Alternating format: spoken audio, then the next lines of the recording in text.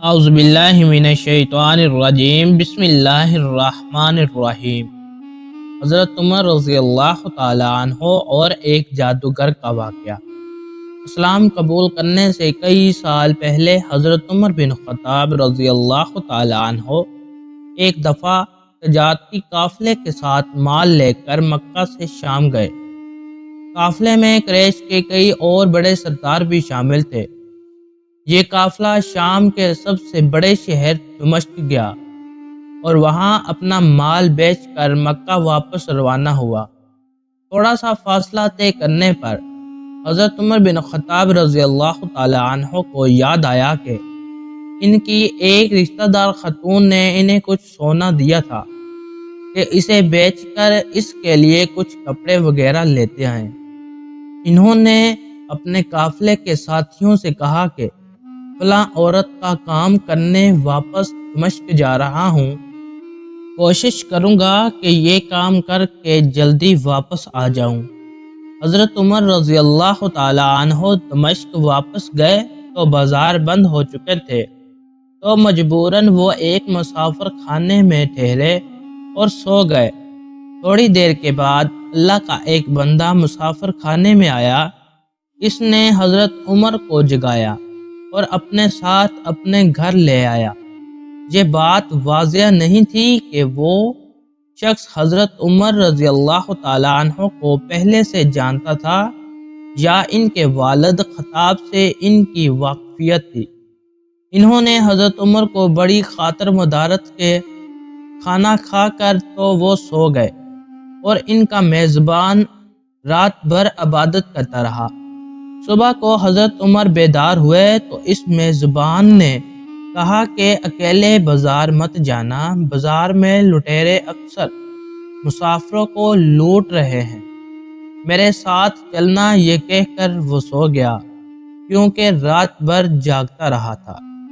حضرت عمر نے اسے جگانا مناسب نہیں سمجھا اور اکیلے ہی بازار چلے گئے۔ ابھی بازار کھلا بھی نہیں تھا، وہ بازار کھلنے کا انتظار کرنے لگے۔ کچھ دیر کے بعد ایک عیسائی پادری اپنے نوکروں کے ساتھ آیا اور حضرت عمر کی طرف اشارہ کر کے اپنے نوکروں کو حکم دیا کہ اس شخص کو پکڑ لو، یہ گرجے کا کام بہت اچھی طرح سے کر لے گا۔ اس زمانے میں حضرت عمر بڑے تندومند پہلوان تھے۔ پادری کے نوکروں نے ان کو پکڑ لیا اور ایک پرانے گرجے میں لے گئے۔ پادری نے ان کو ایک ہتھوڑا دیا اور ان کو گرجے کی ایک دیوار توڑنے پر لگا دیا۔ ایسا معلوم ہوتا تھا کہ وہ اس جگہ پر ایک نیا گرجا بنوانا چاہتا تھا۔ حضرت عمر دن بھر کام کرتے رہے۔ کہیں شام کو جا کر چھٹی ملی، وہ تھکے ہارے واپس مسافر خانے میں آ کر بیٹھ گئے۔ پہلے ہی دن کی طرح نیک آدمی پھر آیا اور اس نے پوچھا کہ آپ کدھر چلے گئے تھے؟ حضرت عمر نے اسے سارا قصہ بتا دیا۔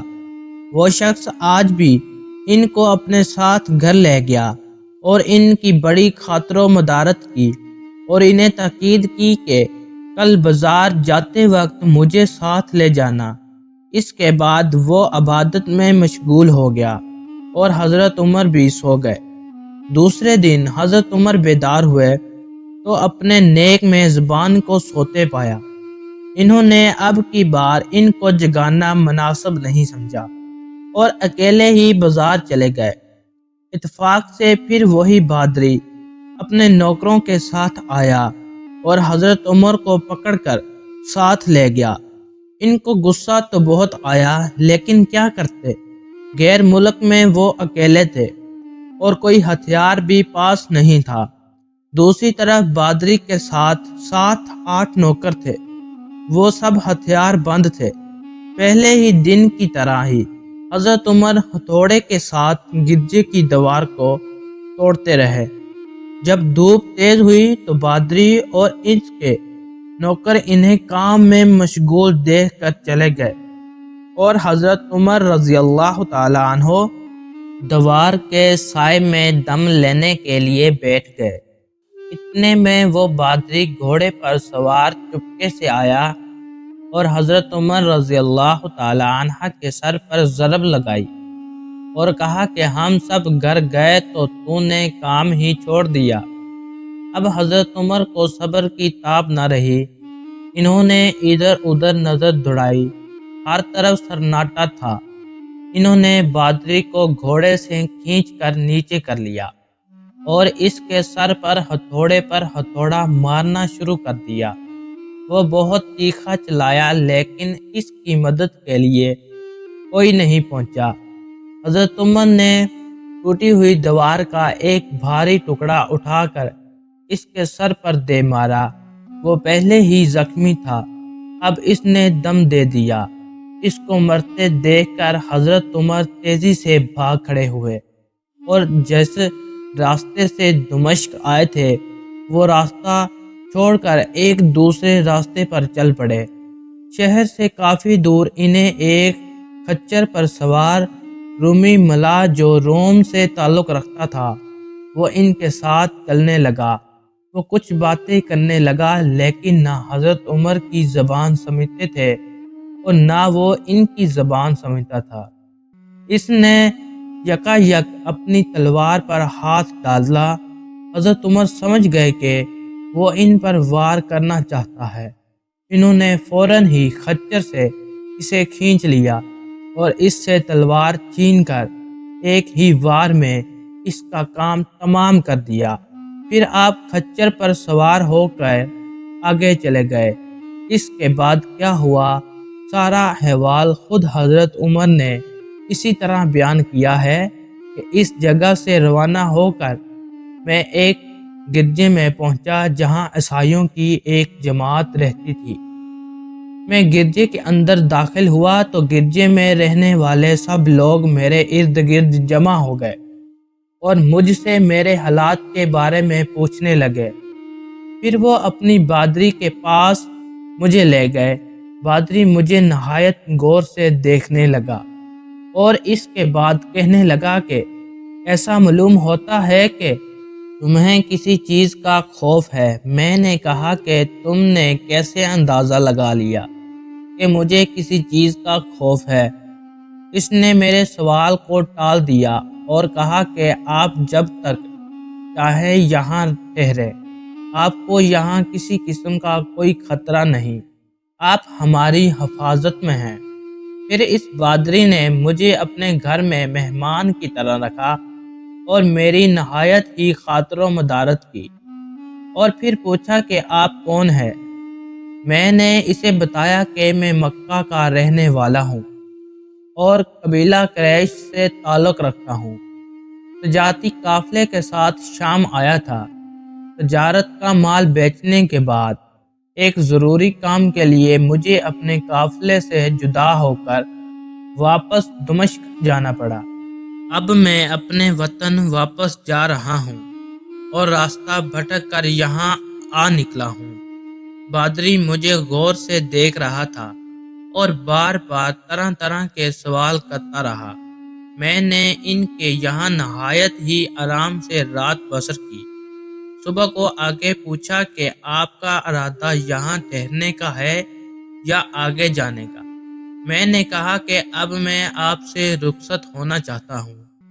یہ سن کر بادری نے اپنا ایک شاندار گدھا جو بڑا خوبصورت اور نہایت ہی تیز رفتار تھا لے آیا۔ اس گدھے کی پیٹھ پر کھانے کی مزید چیزیں اور قیمتی تحفے بھرے ہوئے تھے، اور پھر کہنے لگا کہ آپ اس گدھے پر سوار ہو جائیں اور چل پڑے۔ راستے میں آپ کا گزر کسی عیسائی مکان کے پاس سے ہوگا تو وہ اس گدھے پر سوار دیکھ کر آپ کی بے حد تمیز کرے گا اور آپ کی خاطر و مدارت میں کوئی کسر نہیں چھوڑے گا۔ یہ کہہ کر بادری نے میرا ہاتھ پکڑا اور تنہائی میں لے کر کہنے لگا کہ اے عمر، آپ پر میرا حق واجب ہو گیا ہے۔ میں نے کہا بے شک۔ اس نے کہا آپ کا تعلق ایک معزز قوم سے ہے۔ میری آپ سے ایک عرض ہے کہ میں نے کہا آپ بیان کر دیں، لیکن حیرت کی بات ہے کہ آپ جیسا بڑا آدمی مجھ جیسے پریشان حال مسافر سے کوئی غرض کیسے رکھ سکتا ہے؟ اس نے بڑے یقین برے لہجے میں کہا کہ سنیں، میں ایک ایسا آدمی ہوں جسے اللہ تبارک و تعالی نے آسمانی کتابوں کا علم عطا کیا ہے۔ میں نے آپ کی ذات میں بہت سی ایسی نشانیاں دیکھی ہیں جو یہ ظاہر کرتی ہیں کہ جب آپ مقررہ مدت پوری ہو جائے گی تو حالات میں زبردست تبدیلی آئے گی۔ اس وقت آپ ہمارے ملک کے حاکم بن جائیں گے اور یہاں کے سب بڑے شہروں میں آپ ہی کا حکم چلے گا۔ اس کے بعد بادری نے اپنی جیب سے دوات قلم اور کاغذ نکال کر کہا کہ میری غرض یہ ہے کہ آپ اس کاغذ پر لکھ دیں کہ اگر گرجے اور اس کی جائیداد پر کسی قسم کا کوئی محصول لاگو نہیں کیا جائے گا۔ میں نے حیران ہو کر بادری سے کہا کہ آپ مجھ سے مذاق تو نہیں کر رہے؟ اس نے کہا کہ قسم ہے اس ذات کی جس نے حضرت عیسیٰ علیہ السلام پر انجیل نازل فرمائی، میں جو کچھ کہہ رہا ہوں وہ بالکل سچ ہے۔ آپ مہربانی کریں اور میری درخواست قبول فرمائیں۔ میں نے بادری کی باتوں کو اس کا وہم سمجھا اور جیسے اس نے کہا میں نے اسی طرح کاغذ پہ اسے لکھ کر دے دیا۔ اس کے بعد گدھے پر سوار ہو کر چل پڑا۔ راستے میں مجھے کئی جگہ پر عیسائیوں کی جماعتیں ملی۔ انہوں نے مجھے ایک بادری کے گدھے پر سوار دیکھ کر بڑی خاطر و مدارت کی۔ میں اسی طرح جگہ جگہ عیسائیوں کا مہمان بنتا نبوت تک پہنچ گیا۔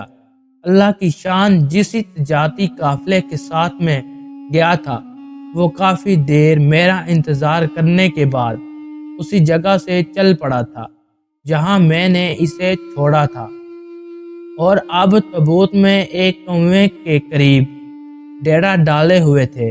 قافلے والے میرے ساتھی مجھے دیکھ کر میری طرف دوڑ پڑے اور مجھ سے مل کر بہت خوش ہوئے اور کہنے لگے کہ اے ابن خطاب، ہم لوگ تمہارا انتظار کرتے کرتے بالکل مایوس ہو گئے، تو ہم نے اس مکان کو کچھ کر دیا جہاں سے تم واپس دمشق گئے تھے، مگر تمہارے بارے میں ہم سخت پریشان تھے۔ یہ تو بتاؤ کہ اتنے دن تم کہاں رہے؟ میں نے وہ تمام حالات بیان کیے جو مجھے پیش آئے، لیکن بادری سے جو میری گفتگو تنہائی میں ہوئی وہ بالکل ظاہر نہیں کی، کیونکہ میں بادری کی ان باتوں کو اس کا وہم سمجھتا تھا اور اس کے عقیدے کی کمزوری سمجھتا تھا۔ قریش کے ایک سردار ابو سفیان بھی اس قافلے میں شامل تھے۔ انہوں نے مجھے اس شاندار گدھے پر سوار دیکھ کر کہا، ارے تم لوگوں نے اس نوجوان کی خوش نصیبی تو دیکھو، اسے کسی ایسے میدان میں چھوڑ دیا جائے جہاں نہ پانی ہو نہ سبزہ، پھر بھی اسے رزق مل جائے گا۔ بادری نے رخصت کرتے وقت مجھ سے کہا تھا کہ جب میں اپنے ساتھیوں کے پاس پہنچ جاؤں اور گدھے کی ضرورت نہ رہے تو اس کی رسی کو مضبوطی سے باندھ کر گدھے کو اسی جگہ پر چھوڑ دینا۔ لہٰذا میں نے ایسا ہی کیا۔ یہ دیکھ کر ابو سفیان نے کہا کہ ارے یہ تم نے کیا کر دیا؟ گدھے کو اسی جگہ پر چھوڑ دیا، یہاں پر چور اچکے اور درندے اکثر گزرتے رہتے ہیں۔ میں نے کہا اس کے مالک نے مجھے ایسا ہی کرنے کی ہدایت کی تھی، وہ اس کی عادتوں سے زیادہ واقف ہے۔ اب وہ جگہ گدھے والا کنویں کے نام سے مشہور ہے۔ وہاں سے روانہ ہو کر ہمارا قافلہ مکہ پہنچا۔ میری اور بادری کے درمیان جو گفتگو ہوئی تھی وہ مجھے بھلائی نہ بھولتی تھی۔ پہلے تو کئی دن تک میں نے اسے اپنے دل ہی میں رکھا، پھر مجھ سے ضم نہ ہوا اور یہ راز میں نے اپنے رشتہ دار خاتون کے سامنے ظاہر کیا۔ جس نے مجھے سونا دیا تھا وہ بڑی عقل مند خاتون تھی۔ اس نے مجھ سے کہا کہ اے ابن خطاب، میں تمہارے بچپن ہی سے تم میں اچھی نشانیاں دیکھ رہی ہوں۔ جب تم بہت چھوٹے بچے تھے تو میں نے ایک دفعہ خواب میں دیکھا کہ تم لمبے ہوتے جا رہے ہو اور تمہارا قد اتنا لمبا ہو گیا کہ اس نے آسمان کو چھو لیا ہے۔ یہ دیکھ کر میں نے خواب میں کہا کہ ارے یہ میرے بچے کی کیا حالت ہو گئی۔ کسی نے کہا کہ یہ لڑکا دنیا اور آخرت میں بھلائی پھیلانے والا بنے گا۔ جاہلیت کے زمانے میں اس قسم کی باتوں کا مطلب میری سمجھ میں نہیں آیا تھا۔ مکہ میں ایک شخص اہل کتاب یعنی یہود و نصارہ میں سے تھا جو بہت گمنام تھا۔ عام لوگ اسے واقف نہیں تھے، لیکن قریش کے کچھ سردار اسے پہچانتے تھے اور اس کی بہت عزت کرتے تھے۔ ایک دن دوپہر کے وقت میں اس کے یہاں گیا اور اسے جا کر کہا کہ میں آپ سے چند باتیں کرنا چاہتا ہوں اور چاہتا ہوں کہ آپ ان کو اپنے دل میں راز بنا کر رکھیں اور کسی کے سامنے ظاہر نہ کریں۔ اس نے ایسا کرنے کا وعدہ کیا تو میں نے اپنے سفر کے تمام واقعات اس کے سامنے بیان کر دیے اور اپنے رشتہ دار خاتون کے خواب کا بھی ذکر کیا۔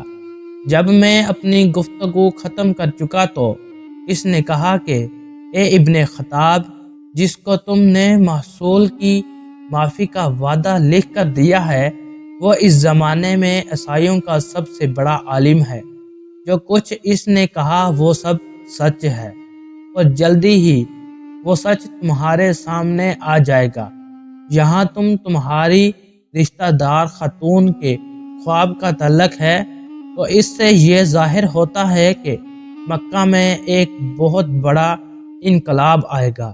زمانہ ایک نئی صورت اختیار کرے گا اور آنے والے زمانے کے آسمان و زمین بدل جائیں گے۔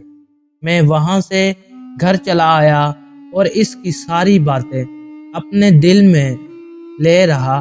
تھوڑے ہی عرصے کے بعد قریش کی مجلسوں میں آپ صلی اللہ علیہ وآلہ وسلم کا ذکر ہونے لگا۔ یہ لوگ اس بات پر چڑھتے تھے کہ محمد صلی اللہ علیہ وآلہ وسلم اپنے آپ کو اللہ کا رسول کہتے ہیں، لوگوں کو بتوں کی پوجا کرنے سے منع کرتے ہیں اور ایک اللہ کو ماننے پر زور دیتے ہیں۔ جلدی ہی اللہ تعالیٰ نے اسلام کو ظاہر کر دیا اور مجھے یقین ہو گیا کہ حالات وہی صورت اختیار کر رہے ہیں جس کی طرف آسمانی کتابوں کا علم شام کی بادری نے اشارہ کیا تھا۔ نبوت کے 6 سال حضرت عمر رضی اللہ تعالی عنہ نے اسلام قبول کر لیا اور رسول اللہ صلی اللہ علیہ وآلہ وسلم کے جان نثار ساتھی بن گئے۔ 18 ہجری میں آپ صلی اللہ علیہ وآلہ وسلم اس دنیا سے رخصت ہوئے تو حضرت ابوبکر صدیق رضی اللہ تعالی عنہ مسلمانوں کے پہلے خلیفہ بنے۔ 13 ہجری میں انہوں نے وفات پائی تو حضرت عمر رضی اللہ تعالی عنہ خلیفہ بنے۔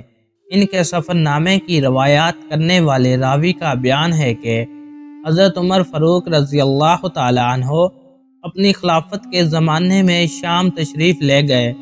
وہ ایک بہت بڑا آدمی جس کے بال برف کی طرح سفید ہو چکے تھے، عیسائیوں کے ایک جماعت کے ساتھ ان کی خدمت میں حاضر ہوا اور عرض کیا کہ اے امیر، کیا آپ مجھے جانتے ہیں؟ حضرت عمر رضی اللہ تعالی عنہ نے فرمایا کہ اگر آپ شام کے فلاں شہر کے بادری ہیں تو میں آپ کو پہچانتا ہوں۔ اس نے کہا کہ جی ہاں، میں وہی بادری ہوں۔ حضرت عمر فاروق رضی اللہ تعالی عنہ نے فرمایا کہ میں نے آپ سے لکھ کر جو وعدہ کیا تھا وہ آج بھی قائم ہے۔ اللہ تبارک و تعالی نے اپنے رسول صلی اللہ علیہ وآلہ وسلم کے ذریعے ہمیں عزت بخشی۔ انہوں نے ہمیں اللہ تبارک و تعالی کی پسندیدہ دین اسلام کی طرف دعوت دی اور ہم نے یہ اسلام قبول کیا۔ آپ نے مجھے ان باتوں سے آگاہ کیا تھا، اب آپ کو کون سی چیز اسلام کو قبول کرنے سے روکتی ہے؟ بوڑھے پادری نے حضرت عمر کی باتیں سن کر اسی وقت اپنے ساتھیوں سمیت کلمہ پڑھ کر اسلام کی دولت حاصل کر لی۔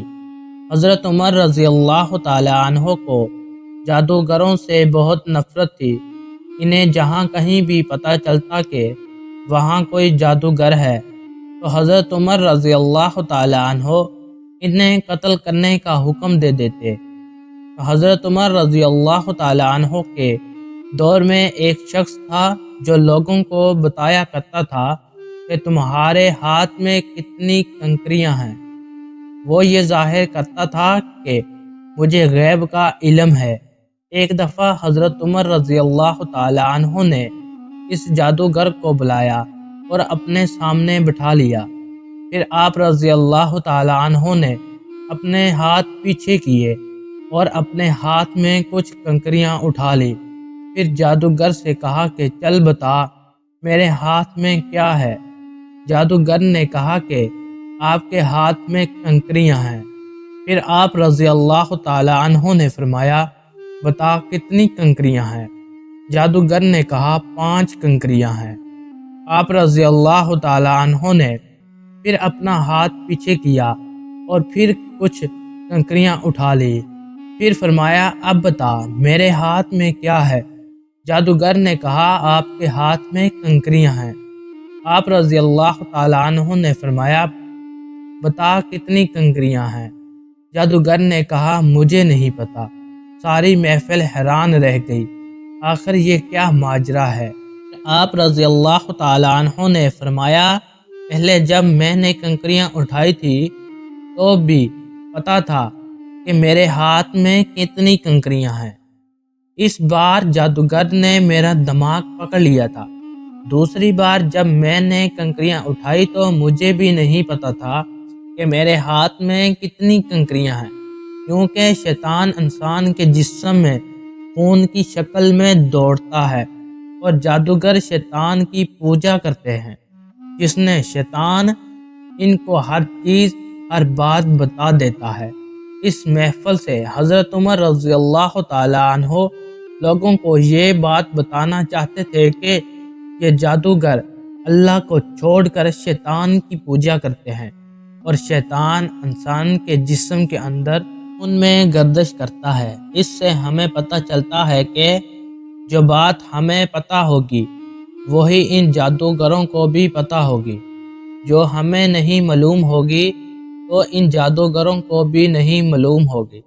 اللہ تعالی ہم سب کو عمل کرنے کی توفیق عطا فرمائے اور ہر قسم کے جادو ٹونوں سے بچا کر قرآن و حدیث پر چلنے کی توفیق عطا فرمائے، آمین یا رب العالمین۔